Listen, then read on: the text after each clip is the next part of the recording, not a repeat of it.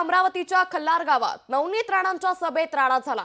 खुर्च्यांची फेकाफेकी करत राणांवर हल्ला करण्याचा प्रयत्न करण्यात आलाय। नवनीत राणांकडून खल्लार पोलीस स्टेशनमध्ये तक्रार देखील दाखल करण्यात आली आहे। या हल्लेखोरांवर तातडीने कारवाई करण्याची मागणी देखील यावेळी नवनीत राणा यांच्याकडून करण्यात आली आहे। त्यामुळे धक्कादायक बातमी सध्या समोर येते अमरावतीमधून। अमरावतीच्या खल्लार गावात नवनीत राणांच्या सभेत राडा झाला। खुर्च्यांची फेकाफेकी करत नवनीत राणांवर हल्ला करण्याचा प्रयत्न यावेळी करण्यात आला। तर नवनीत राणांकडून खल्लार पोलीस स्टेशनमध्ये तक्रार देखील दाखल करण्यात आली आहे।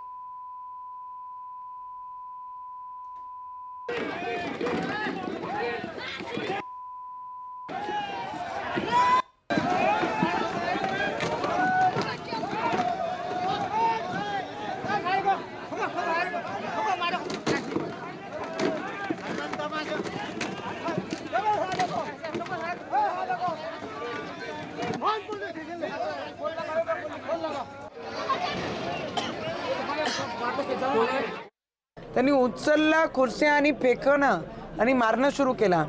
मग माझ्यासमोर आले, स्वतः आमचे पत्रकार बंधू तिथे होते, गावाचेच तिथे होते, ते वाचवण्याचा प्रयत्न करत होते, पण त्यांची राग जे माझ्यावर होता, मला पाहून शिव्यागाळ करणं, तुला मारून टाकू, तुला गाडून टाकू आणि खुर्च्या माझ्यावर फेकणं, माझे कॉन्स्टेबलला लागणं, यांचे डोळ्याचं पूर्ण हे फाटलं।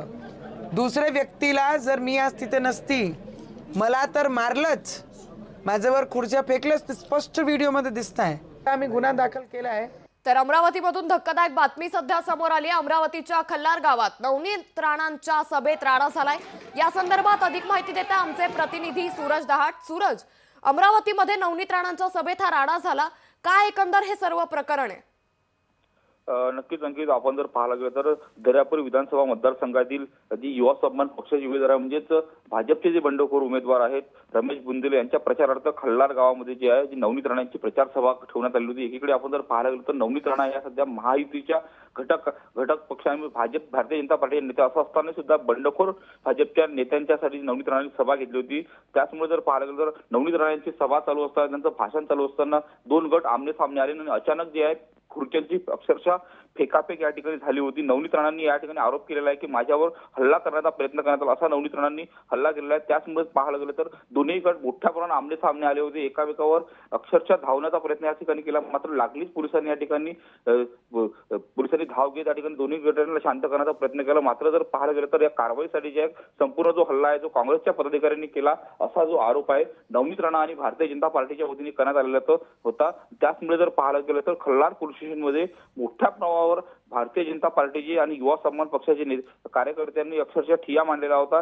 ज्या लोकांनी हल्ला केला त्यांच्यावर कारवाई करा, अटक करा अशी मागणी करण्यात आली होती। मात्र आपण जर पाहिलं तर पोलिसांनी रात्री उशिरा जे अज्ञात कार्यकर्त्यावर 20 ते 25 अज्ञात कार्यकर्त्यावर जे गुन्हा दाखल केलेला आहे, मात्र अद्यापर्यंत कुठलाही कार्यकर्ता अटक करण्यात आली। मात्र या रात्रीच्या प्रकरणामुळे यामुळे सकाळी मोठे पडसाद उमटण्याची शक्यता आहे। कदाचित दोन जातींमधील हा तणाव आहे का या अनुषंगाने सुद्धा पोलीस तपास करत आहे। मात्र आपण जर पाहायला गेलं तर या हल्ल्यानंतर जे आहे अमरावती जिल्ह्याचं राजकीय वातावरण तापण्याची शक्यता नाकारता येत नाही। नक्कीच, त्यामुळे हे जे सगळं प्रकरण झालंय, हा जो राडा झालाय, यामुळे आता अमरावती शहरात तणावपूर्ण शांतता झाल्याचं सध्या पाहायला मिळत आहे। धन्यवाद सूरज, आपण दिलेल्या सविस्तर माहितीबद्दल।